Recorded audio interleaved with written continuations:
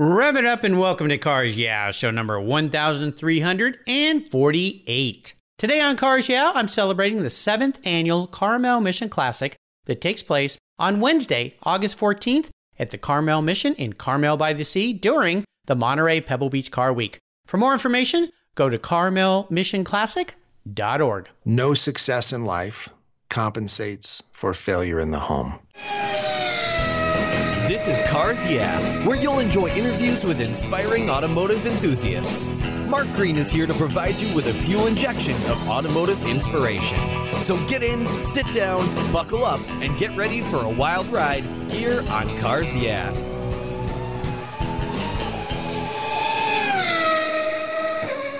Hello, automotive enthusiasts. I'm revved up and so excited to introduce today's very special guest, calling in from Farmington, Utah, Troy Dunn. Hey, Troy, are you buckled up and ready for a fun ride? Strapped in, positioned in front of the airbag, ready to go. Okay, I'll make sure that airbag doesn't deploy on you today. Hey, okay? If it does, something well is happening here. We're having a good ride. Yeah, I guess so. Troy Dunn is the founder of Branded Title Marketplace, the world's only website dedicated exclusively to branded title vehicles. Branded vehicles are those that have experienced an insurance incident and are then reconditioned. Troy is known to millions of TV viewers as The Locator. He has been on national TV for 28 years, and he, along with his team, have reunited over 40,000 families worldwide. That is incredible. He has made over 500 appearances on national television and has been interviewed by the likes, including of Oprah, Barbara Walters, and Dr. Phil. And now he's being interviewed by Mark Green. How cool is that? With a deep appreciation for rebuilt cars and trucks, Troy is setting out to change the narrative around branded vehicles. Through podcasting, magazines, and televisions, he and his team are working to celebrate and elevate the value of salvage vehicles and the talented people who rebuild them. So Troy, I've told our listeners just a little bit about you. Would you take a brief moment, share a little more about your business and a very obvious passion for automobiles? Wow. Well, first of all, thank you. That was a very generous introduction. I am humbly, I don't want to sound schmoozy, but I am really excited to be on your show. Your podcast is, you're like the top result in Google for anything about automotive podcasts. So super thankful to be here with you. 5 years of working 80 hours a day has paid off, I guess. Yeah, that's the definition of luck, right? Hard work. Yeah. Well done. So, my least favorite topic in the world is probably me, but I would just tell you that I live a blessed life. I'm grateful and thankful for all that I have. I started at the age of 21 years old with my high school sweetheart that I married, and we discovered that my family is 3 generations of adoption and wanted to help my mom find her birth family, which we did. And that was a very emotional experience for me. So we ended up launching a little organization out of my buddy's back bedroom to find missing family members for others. And it took off, and we grew it rather quickly, and we eventually were in all 50 states and 32 countries. And then one day, Ancestry.com came along and bought the whole thing. And that kind of left me with a non-compete agreement. So I just kept doing what I was doing before, which is reuniting families on TV. But instead of doing it for a business, I just did it for my life's work. And that's how we ended up in the national media. My obsession with cars, I have to clarify because I don't want to steal thunder from real men out there. I am incapable of fixing or repairing cars unless it requires a jump start. That I'm good at. Everything beyond that is beyond my skill set. I am just a fanatic about cars in general. We grew up poor, as most people probably say when they refer to their childhood, but we did. And so one of the things that you can do even when you're poor is go to car shows and wander. At least you could back in the day. I guess now sometimes they charge big gate fees. But anyway, my dad took me to more classic car shows than I can even count. And my greatest memories are just strolling up one aisle and down the next with my dad and him telling me, oh, that's a 57 Chevy. And you can tell by the way the fenders are. And this is that. And this is the other. And it was amazing to me. And meeting the guys who had taken these things, some of them, right out of the junkyard and brought them back to this amazing pristine existence, and that was amazing. And so as I got older and got closer to getting my license, my dad was always teaching us that there's nothing wrong with buying a car that's been rebuilt because parts are parts. And so one part gets broke, you take it off, put a brand new part on, and it's back to good again. And so I never had any, fear of that concept. And most of the cars I've owned in my life have been rebuilt vehicles from various scenarios. And I've taught my kids the same. And if you were to be at my house today, you'd see rebuilt cars in my garage, and you'd see rebuilt cars in all my adult children's cars. And anyway, and then I started to realize that not everybody understood that, and that people were fearful of them. And then I looked closer and realized that there are entire companies out there who make hundreds of millions of dollars scaring the bejeebas out of people and giving them information that is, quite frankly, mostly hype and BS, I guess. I'm trying to keep it family friendly. Thank you. Yeah. And so as I got to know more and more people in the salvage and rebuilt automotive industry, and I mean people, I won't drop names, but just in very, very large organizations with massive amounts of money and resources, even they were saying it's such a ridiculous fight to get past all of the propaganda that the other side puts out. And so I said, well, you know what? I've spent 28 years in the national media. I have really deep resources in television and publishing and technology. And you know what? I'm going to build a bunch of weapons for that industry so that they can begin to educate people. And so that's how we gave birth to Resurrect Media. And one of our first platforms is brandedmarketplace.com, where people can buy and sell rebuilt cars. So I'm way out of my lane with my professional career. I'm just over here in the lane next to it of my passion. Well, that's what Cars Yeah is all about. Enthusiasts, passionate, inspiring automotive enthusiasts who've taken their passion for cars and flipped it into, I'll plug in flipped because we're talking about cars that could be damaged here, flipped it into a lifelong passion. So I'm intrigued by this too, and we're going to learn a lot more about your business and this branded term, because it was something fairly new to me. I've always thought of the word salvage, which is, of course, a negative word in and of itself. And I know we talk a lot about cars that are repaired and fixed incorrectly, and that's the danger. And we'll talk about that too. But first, I want to talk about or ask you for a success quote or a mantra. This is some kind of saying that's been instrumental in forming your life and your success, and it's a really nice way to get the inspirational tires turning here on Cars Yeah. So Troy, take the wheel. Wow. So I have one, and I've had one for 30 years, and it's never changed. And if you ever get an email from me, you'll always see it at the bottom. It doesn't matter what the email is. It's just part of my subject line. And if you came to my home, you'd see it on a plaque in the den. It is my life mission and statement and mantra. And it is, no success in life compensates for failure in the home.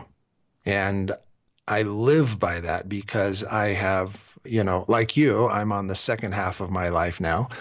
And I have seen and met and witnessed so many people who have been successful in the eyes of the world, but have absolutely failed miserably within the four walls of their own home, their marriages, their parenting, etc. And I just personally believe there's nothing you'll ever do outside of your home that will ever compare to the success or failure that you'll experience in your home. And so for those who run away from the responsibilities of marriage and parenting, and they say, well, I'm on my 15th spouse and I hardly know my kids and I've missed every football game and blah, blah, blah. But hey, look at this cool thing I do Monday through Friday from 9 to 5. I don't have, and this is terribly judgmental sounding, I don't mean it to be, but I don't have a lot of respect for people who have toss their families aside in lieu of chasing gold and shiny objects. And so for me, that's my mantra. No success in life compensates for failure in the home. I love this. And I know you have 8 children. I do. Yep. 6 boys, 2 girls. And a wife who's a saint. For one sure. wife. And one wife. Yeah, one wife. Yep. High school sweetheart, 31 years. All of our children are both of ours, and no twins and no adoption. It's just 8. One at a time, the old fashioned. We collect them, everybody's got hobbies. Yeah. I like to collect cars. You collect kids. Oh my gosh. Well, this is great. And I think this is really important because we all have known those folks. And especially in the media world, you see these famous people who are so wealthy, movie stars and directors and all these people who are so wealthy and they've had multiple wives and their kids are a mess. Or they're all on drugs or they're on drugs. I think you're right. And I hope that the concept of that is changing a bit with generations coming along, and that all these material things aren't as important. When you think about people like Dave Ramsey, who's out there to try to convince people that you shouldn't get in debt, you shouldn't live in debt, and help them get out of debt so that they're not burdened by that and all these things. So I think that's fantastic. Kudos to you.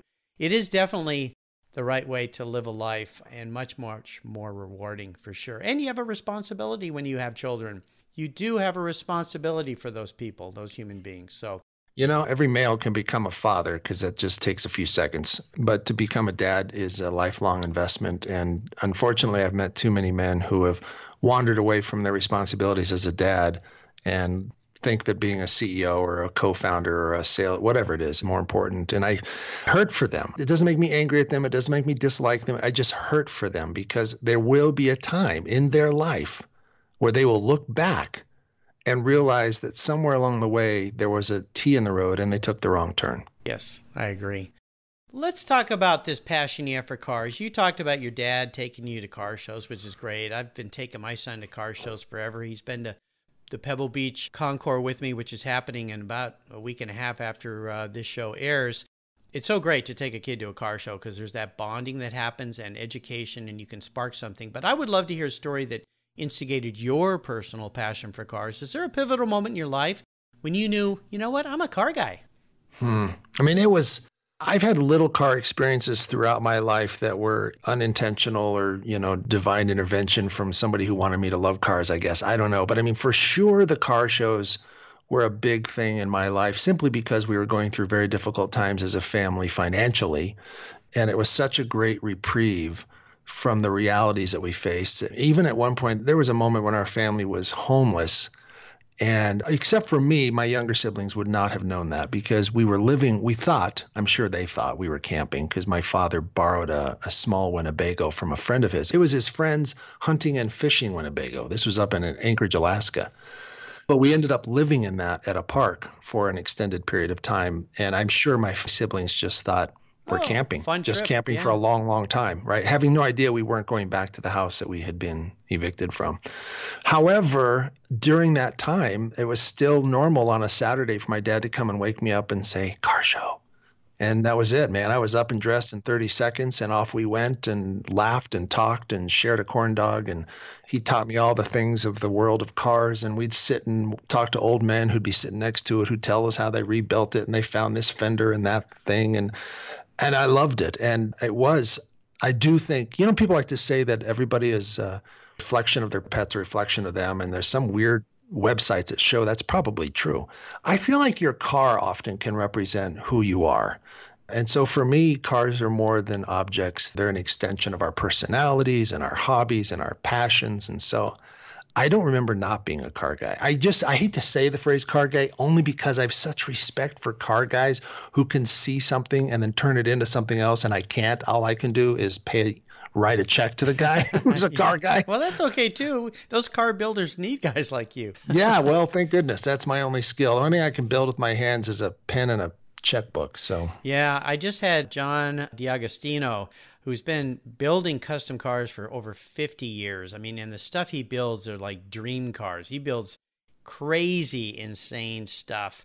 And you look at the cars he starts with and where he ends up. And I go, not only the skill set to bend the metal and form the edges and dream up all this stuff, but just the ingenuity of the mechanics and the design. Yeah, those kind of guys are very, very special. Oh, I think automotive rebuilders are like surgeons. They really are amazing because, you shared with me privately, a medical episode you'd had with a member of your family. And I've got a daughter who's battled cancer since she was 7. And I have 2 grandchildren who have cystic fibrosis. And I look at people who can walk into that crisis situation and make it better. And I know those are extreme examples, but when I see a car, I think, oh, how sad. Look at that old Ferrari. Man, somebody wrapped it around a pole. Too bad. And then somebody else will walk by and go, you know what? That frame's still in great shape, and I love the back bumper there, and I can replace those pieces. And next thing you know, it's this drop-dead, gorgeous Ferrari, and nobody would ever know that once upon a time it had a rough life. And I love that. I feel like all of us, Mark, you and I, all of us, are salvage vehicles on one level or another. We've all gone through, yeah. Right? We've gone through some difficult time. We've been in some automotive accidents, some worse than others. And we rebuild ourselves and we put ourselves back together and we get back out and we keep going. And I wouldn't want anybody to devalue me because of difficult parts of my life in the past. And I think it's ridiculous that people would devalue an automotive vehicle just because it went through a difficult chapter, when it can be rebuilt and put right back to new again. In some cases, these rebuilders are putting cars back to above factory spec. Yeah. So, yeah, this is a cool conversation because, again, as I prepare to go to Car Week in Carmel coming up, it'll be my 31st year attending. And you walk these car shows, everything from the Carmel Mission Classic to Concorso Italiano to the Works to the Legends of Autobahn, of course, the great Pebble Beach Concours and the Carmel on the Avenue Concours. You walk by these cars that you know have been touched by people and recreated and reformed, and the stories they could tell and the people behind them and everything is great. But I'd never thought from the angle you're coming from of tying to people and the things people go through. And I'll tell you, I have a guest coming up in a few weeks that is a fascinating guy. His name is Tim Medvets. He was a motorcycle builder to the stars. He dated Cher for 4 years, and he was a Hell's Angel. And he was in a very bad motorcycle accident, got hit by a guy who pulled in front of him. He was doing like 100 miles an hour on his bike, and his body was destroyed. He was paralyzed and all this stuff. And the rehabilitation he went through to recreate himself, resurrect himself, restore himself. And then he decided during that process, which was so hard because he got addicted to painkillers and alcohol, he goes, you know what? I'm going to go climb Mount Everest. And he did. And now he's working with disabled veterans who've lost limbs to teach them that they can go out and climb mountains. And he took a guy who had no legs, and that guy climbed Mount Everest. I mean, so that's both inspirational and really depressing. Well, I didn't want to go there, but I wanted it to be positive. I mean, it's just amazing that somebody's turned their life around to that degree and can accomplish things like that, because it makes those of us who are bodily abled feel inadequate. But well, yeah. What an inspiring thing on their part, for sure. Yeah, I don't feel like going to the gym today. I'm a little sore. Right, right. So, no, I mean, the problem with, I don't mind going to the gym. The challenge I face is that somewhere between here and my gym is a Krispy Kreme. Oh, yeah. Just stay away from that. It's a donut place. shop for those who aren't familiar with it. It's probably the greatest donuts on planet Earth. Those and Voodoo Donuts. I put my windows down as we pass it. I can smell them. Yeah. And I'm not 100% sure, but I'm 90% sure I hear them whisper my name from the side.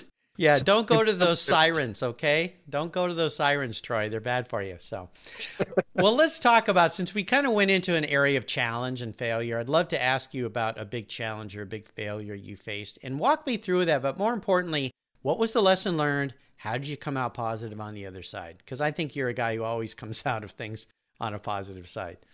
Oof, oof, oof. Well, if this were a 5-hour podcast, I could list so many failures that it would spin your head. I feel like life is mostly a series of failures, and then you harvest from that failure something of value, and then you put it in your pocket and you go to the next one, and you go through that failure and you harvest something of value and put it in your pocket. And eventually you look down and you realize you have a pocket full of resources and tools, and then you pull them all out of your pocket and you build something successful. And so I'm thankful, I'm grateful for the failures in my life. I think probably my near failure really was my business. I'm old, so our business started before there was an internet. And so if you had a business before the internet, you did business differently, everything from marketing to providing goods and services. And if you're in the people finding business, which is what we were in, nothing could be more disrupted than having the internet show up. Because before the internet, if you wanted to find somebody, you had to go to a phone book, which those of you who are too young to know what that is, Google it. Or you had to go to the library and look on microfiche, or you had somebody who went down to a cemetery and rubbed tombstones and took the name and did genealogy, like crazy, crazy stuff. That was the way we did our business. And all of a sudden this technology shows up with people like, Google and Yahoo and people finding tools. I'm like, oh my gosh. And it almost crushed us. And we were in year 13. It wasn't like we were a startup. And suddenly everybody could find their own missing persons. And the only ones that called us were the ones with the crazy difficult cases. And anyway, I faced a pretty significant moment sitting out in the parking lot one morning, realizing we may or may not make payroll that week, and which was a long drop from where we had been, a long fall, an elevator without a cable. We just dropped and sat there and had a little private prayer and felt some inspirational thoughts come into my mind and my heart, and decided it wasn't time to give up the fight, and Went back into the building and called a staff meeting and told them it was time to completely and fully reinvent ourselves and become a technology company, which none of us knew what that even meant. And we reinvented ourselves, and we went from being International Locator, which was the name of our company for 13 years, and we renamed ourselves BigHugs.com and started to build ourselves from scratch. And it wasn't 2 years later that Ancestry.com bought the company. So it was fantastic. But there was a pivotal moment there when I'm sure you've had a Mark, but when people will find themselves sitting in alone and the spotlight's gone and the crowds are gone and the support's gone and the hope is gone, you're like, okay, this is really terrible. And it's in that moment that you reach into the disaster and you fish out a tool and you stick it in your pocket and go, but this I'm taking with me. And so for me, that was It's an awesome story. And thanks for taking us to what was a dark place. But here's the takeaway I hear. Reinvent yourself. Always be thinking about that, because if you think about really successful entertainers, and I always use this example, and it's kind of a bizarre example, but Michael Jackson. That guy kept reinventing who he was. He even did it physically. Kind of bizarre, but he did it. And that's how he remained pertinent in the music industry. And you say the word reinvent. I like the word rebuilt for obvious reasons. Yeah, rebuilt. But I think that everybody will hit a point in their life when they do feel like they've been in some kind of a catastrophe, an accident, a flood, hail damage, whatever it is. Something has come through your life that you didn't anticipate that has done some destruction. It could even have been to your marriage. It could have been to your physical health, as some of our amazing veterans have discovered when they return home. And there's that moment where you sit alone with yourself and you decide, is this the new me? Right. And I'm sure, Mark, have driven down the road and you see people who have damage on their car. And you can tell from looking at it, that crushed back left corner of his car, it looks like it's been that way for 6 months or more. I mean, it's rusted, the paint's peeling. It's not like it happened Saturday. They have just decided to live and drive a car that's crushed in the back corner. And there are people, unfortunately, who pass through our lives who you will tell, you can see, you can hear in their heart. They've decided to live with the broken parts of their life. And my mission in life, I hope, is to encourage people to do exactly what you just said, Mark, which is to rebuild and to reinvent and to say, you know what, I don't have to go through life with this problem. I'm going to work past it. I'm going to get through it. I'm going to lose the weight. I'm going to get back out and do this. I'm going to re-embrace my wife, even though she thinks we don't have that thing anymore. I'm going back to work on myself and my life. And that's what, to me, rebuilding anything is all about. Yeah. Well, let's jump ahead here to your business, because this was a really nice segue into that. Branded Marketplace. I would love for you to share more about, we've talked about the why, what it is, but more about the concept behind this, and also why it's not necessary to be afraid of rebranded salvage cars, of course, unless they've been repaired improperly. And I think that's where this has all come from. This being scared of this. And there's definitely a market for it. The car's value is devalued, so you can get into a car for less money. So tell me about your thoughts on that and more about what they can expect when they go to brandedmarketplace.com. So I guess let me address the idea of rebuilt cars, first of all, salvaged and rebuilt cars, because there certainly was a time when all those fears that some of these vehicle history reporting agencies are still playing.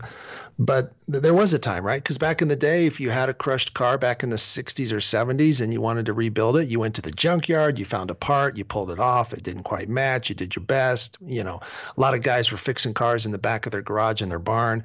Today's automotive rebuilders are using technology that NASA didn't have 30 years ago. I mean, they're using lasers and they're using computers and they're using robotics, and they are literally taking some of these vehicles back to above factory specifications.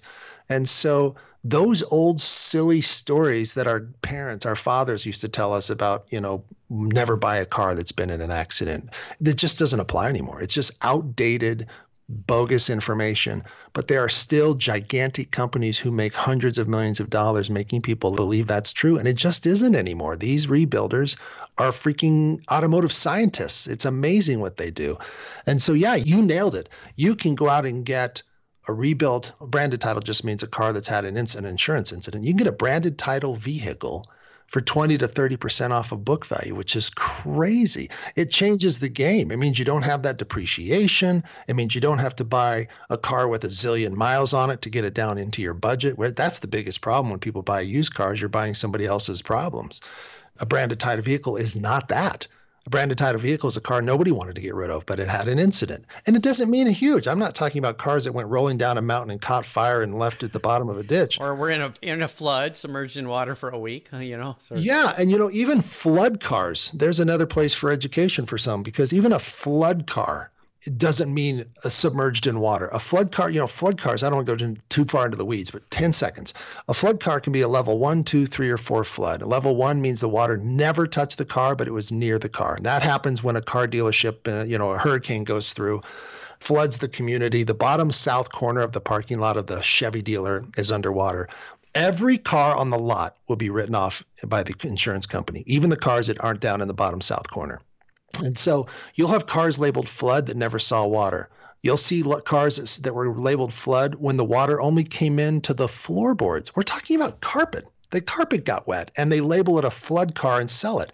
So people just have to know that it's almost never what it seems. And as you probably know, if you've ever had an accident, insurance companies will total a vehicle now for the most ridiculous things because it's just parts have gotten expensive. And so they're like, you know what?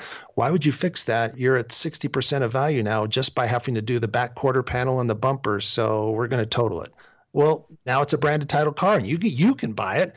And some guy's going to go who's got genius technology in a shop. He's going to go put brand new parts on it and sell it. And you're going to get it for 30% less. So let me ask you this, because this is the question going through my mind. I know it's going through listeners. How do you protect yourself to know the car was corrected or repaired correctly? That's the scary part, because we all seen these 60-minute shows of, oh my gosh, my car was fixed and look, they didn't even weld the frame back together right.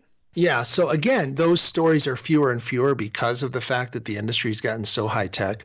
But for sure, you want to buy a rebuilt vehicle from somebody who can show you a list of the parts replaced, a lot of these guys will put warranties on it, short-term warranties on it. I'm a big fan of, I don't know if you've heard of them, but they're AutoSource. The company's called AutoSource. They're a national chain of car dealers, and they sell rebuilt and branded title cars. They have warranties on their cars. A car that's been rebuilt properly should be eligible for an extended warranty. So you don't have to have any of those fears or concerns. We live in the age of the internet now, so there's no secrets. If somebody's building and selling sucky, crappy cars, you're going to see that immediately because somebody's already gone online and reviewed it and put out photos. So the odds of stumbling into a car that's been poorly put back together are slim these days. Most of these guys, as soon as they try to build and sell a car that's done poorly, they're out of business because they get a 1-star, nobody will do business with them anymore. It's just not that universe anymore. If people want to be scared, here's what you should be scared of, and that is clean title cars. That's what people don't understand. These cars that have clean titles, a massive number of them, and I'm not going to throw percentages out there because then I get lawyers calling me, but a massive percentage of clean title cars are actually not clean titles. But for a million different reasons, you'll never, ever, ever know the truth about that car. For example, there's entire fleets of rental car companies. The big rental car companies are self-insured. So it doesn't matter what happens. And we all know how people treat rental cars. They never have to. It doesn't matter what happens to the car. They don't have to, in many cases, change the policy, the title, or report it at all. You look at how many guys end up in an accident with somebody and they sit there on the side of the road exchanging information like, look, I can't report this to my insurance. My rates will go through the roof. I'll pay to fix your car, or you pay to fix my car, or whatever. And so it doesn't matter. The damage is there. It should have been a branded title car, but they're going to lie and they're going to say it's a clean title. You don't know when somebody left the sunroof open during the rainstorm and the entire inside got saturated. That car probably got more water than an actual flood vehicle. So the cars with the worst transparency are clean title cars. The cars where you will learn everything about its history are branded title cars, because you can Google, I'm sure you know this, but you can Google a VIN and see photos of a damaged car. Yeah, it's amazing. This is all really educational, and that's why I wanted to have you on the show, and I'm so happy that we were able to expose some of this and talk about this. I think it's great. Again, the website is brandedmarketplace.com. I'll have a link to it on Troy's show notes page. You can go there and check it out. This is pretty cool what you're doing. Troy, up next is the last lap. Before we put the pedal to the metal, let's say thank you to today's Cars Yeah sponsors. Do you know the best way to protect your vehicle, both the exterior and the interior, is with a car cover? I've been using Covercraft car covers since 1975. That's right, 1975. It's a fast, easy, and inexpensive way to keep your vehicle looking new. Covercraft has been manufacturing premium quality exterior and interior covers for over 50 years with a stellar reputation for durability and design. They're the world's largest manufacturer of custom patterned vehicle covers that are crafted to fit over 80,000 patterns and growing. They are the only cover I'll put on my vehicles. You can choose from a wide variety of fabrics, styles, colors, and more. From full cover designs for factory to custom-made vehicles, plus convertible top covers, trucks, truck cab coolers, motorcycles, scooters, ATVs, trailers, campers, personal watercraft, and a wide variety of custom features. Covercraft is the right choice. Learn more today at covercraft.com and tell them Mark sent you.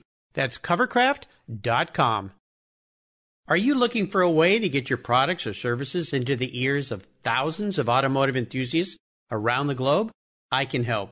This is Mark Green here at Cars Yeah, and I'd be honored to be an influencer and ambassador for your brand in a unique and personal way. 5 days a week, thousands of subscribers and listeners enjoy the Cars Yeah podcast and website. Contact me today and I'll show you how at mark@carsyeah.com or connect with me through the Cars Yeah website at carsyeah.com. Hey, Mark Green here from Cars Yeah. Did you know you can now see me on the Cars Yeah TV show? It's a weekly visit to some of my past Cars Yeah podcast guests, and I take you along for the ride. You go behind the garage door and into their lives, their businesses, and you get to see what makes them successful. With tens of millions of viewers, Cars Yeah TV is making its mark. Cars Yeah TV is available on MAV TV and Lucas Oil Racing TV. You'll find MAV TV on Direct TV, Fubo TV, Fios by Verizon, or you can stream it through Lucas Oil Racing Television online. And they said I only had a face for podcasting.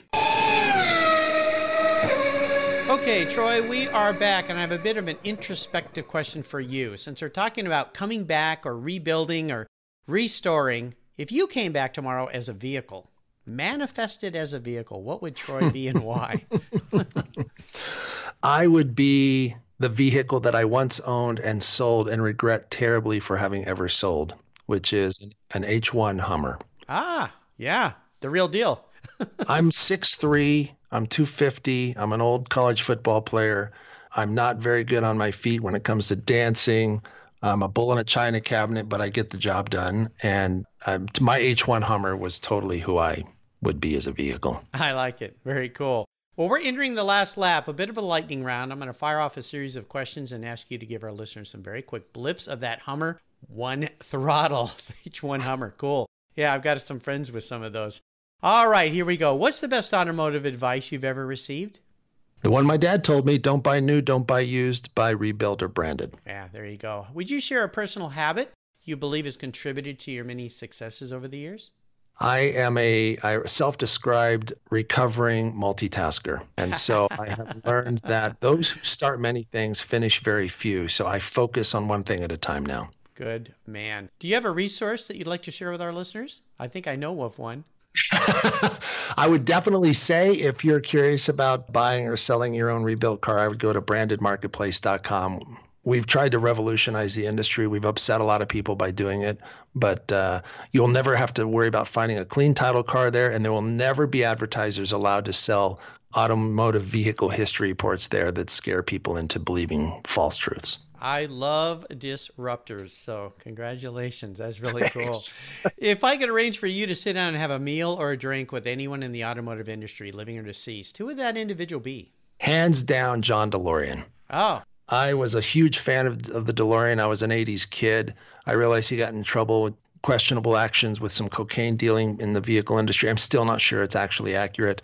He was a disruptor of the highest level in the automotive industry, from the materials he built his car out to the design of it. And you can appreciate that as a designer. And the fact that nobody jumped on his tails and started coming out with cool cars like that blows my mind. I would love to sit and have a meal and get inside the head of John DeLorean. Yeah, interesting fella. So there's a great book, John DeLorean and Me, about kind of the history of that business. I'll have to send you a link to that. It's very, very cool. I'll read every bit of it. I've watched every documentary I can get my hands on. There you go. Speaking of books, is there a book that you'd like to share that you've read? Well, I hate to sound like I'm trying to be self-promotional because I'm not. But the truth is I've written more books than I've read. Really? And, wow. The one I would recommend, and honestly, it's out of print and it's hard to find, but there's still copies out there. So I'm not promoting it because, it's out of print. But it's one I wrote with Dr. Phil, and it's called Family, the Good F Word. And it's my attempt to try to give people some tools that are really straightforward, very raw. It's not something you would read in your children in the room. But for a husband and wife who are hanging on to threads to keep their relationship together, I would say before you bail, pick up a copy of Family, the Good F Word. Very nicely done. I'll remind our listeners you can find links to all these resources on Troy's Cars Yeah show notes page. Just go to carsyeah.com, type in Troy Dunn with 2 N's. All right, Troy, we're up to the checkered flag. This is a fun one. I call it a bit of a doozy. Today I'm going to buy you any cool collector car on the planet. But there are some rules to this game that might make it a challenge for you. One, you can't sell it to take care of those 8 kids or put them all through college or start a business. You got to keep the car. It's the only collector car you can have, and you have to drive it. No garage queens allowed here. What's it going to be? Oh, I probably already tipped my hand to what that would be. It would definitely be a 1982 DeLorean. The DeLorean to me represents so many things. Symbolically, it's my youth. It was an interrupt. Because it was the vehicle featured in all of the Back to the Future movies, for me, it's a symbol of hope and belief in the future. And I've always wanted to have one in my collection, in fact. And I've gotten close to buying one a couple of times, and then it got bought out from under me. And so I will have one day. But if you're able to gift it to me here and now, that's fantastic. For sure, my dream car is a 1982 DeLorean. DeLorean, very cool. My On the News Side Cars Yeah television show for season 2, we shot at the Peterson Museum in Los Angeles, and they took us down to the vault, which is down in the basement where they keep a whole bunch of cars. And down there is a gold-plated DeLorean. Maybe I'll get you that car, a gold-plated DeLorean. We're not far from Christmas. Just keep me in mind. That's all I'm saying. I'll do that. See if I can pry that out of their hands. That's going to be a tough one. Well, Troy, you've taken me on an awesome ride today. This has been very educational, very fun. I want to thank you for sharing your stories, and thank you for sharing your journey and this very cool business you put together. Branded Marketplace, brandedmarketplace.com. Please, could you give us one little parting piece of wisdom or guidance before you rip off into the sunset in your very own DeLorean? I would repeat what I said earlier in the show that is at the bottom of all my emails, because it is truly what I believe, and that is that no success in life compensates for failure in the home. Align your priorities, grab the ones you love. They're not here forever. Everything else can wait. Absolutely. And again, the best place for people to find you is that brandedmarketplace.com? They can go to troydunn.com and check out clips from my old TV shows and stuff like that. And yeah, I'm always available. I'm on Facebook at Troy the Locator. I'm out there. You're out there, definitely. And I'm on your site now, right? Yeah, now you're on Cars Yeah. So you can Fantastic. That's where they can find me, at carsyeah.com. There you go. You can add me with the Dr. Phil and Oprah and Barbara Walters. Mark Green. And Mark Absolutely. Green. I'm in a good group of very talented people. Troy, thanks for being so generous today with your time and expertise and for sharing your experiences with the Cars Yeah listeners. Until you and I talk again, my friend, I'll see you down the road. Mark, thank you so much, my friend. I'll see you in the fast lane. Absolutely. Hopefully not hitting the guardrails. Rebuilt. There you go. You take care of your cars, but who takes care of your investments? Tune-ups aren't just for engines. Updating your financial plan is important too. Your GPS may take you from A to B, but it won't help you on the road to financial freedom. For that, you need a good co-pilot and a very trusted advisor. Chris Kimball, CFP, is just the man for the job. He'll guide you down that road without driving you crazy. For over 25 years, Chris has helped people just like you and me with their financial planning and investments. With a master's degree in financial services, he is eminently qualified, and he's a car guy too. Learn more at chrisvkimball.com or call 866-ON-A-PLAN. Securities through Money Concepts Capital Corp. Member FINRA SIPC. CK Financial Services is not affiliated with Money Concepts Capital Corp. Thank you so much for joining us on today's ride here at Cars Yeah. Drive on over to carsyeah.com to find show notes and inspiring automotive fun. Download your free copy of Filler Up, a fun book filled with gorgeous photographs of fuel filler fun, including quotes from more inspiring automotive enthusiasts. Download your copy today, and we'll see you next time on Cars Yeah.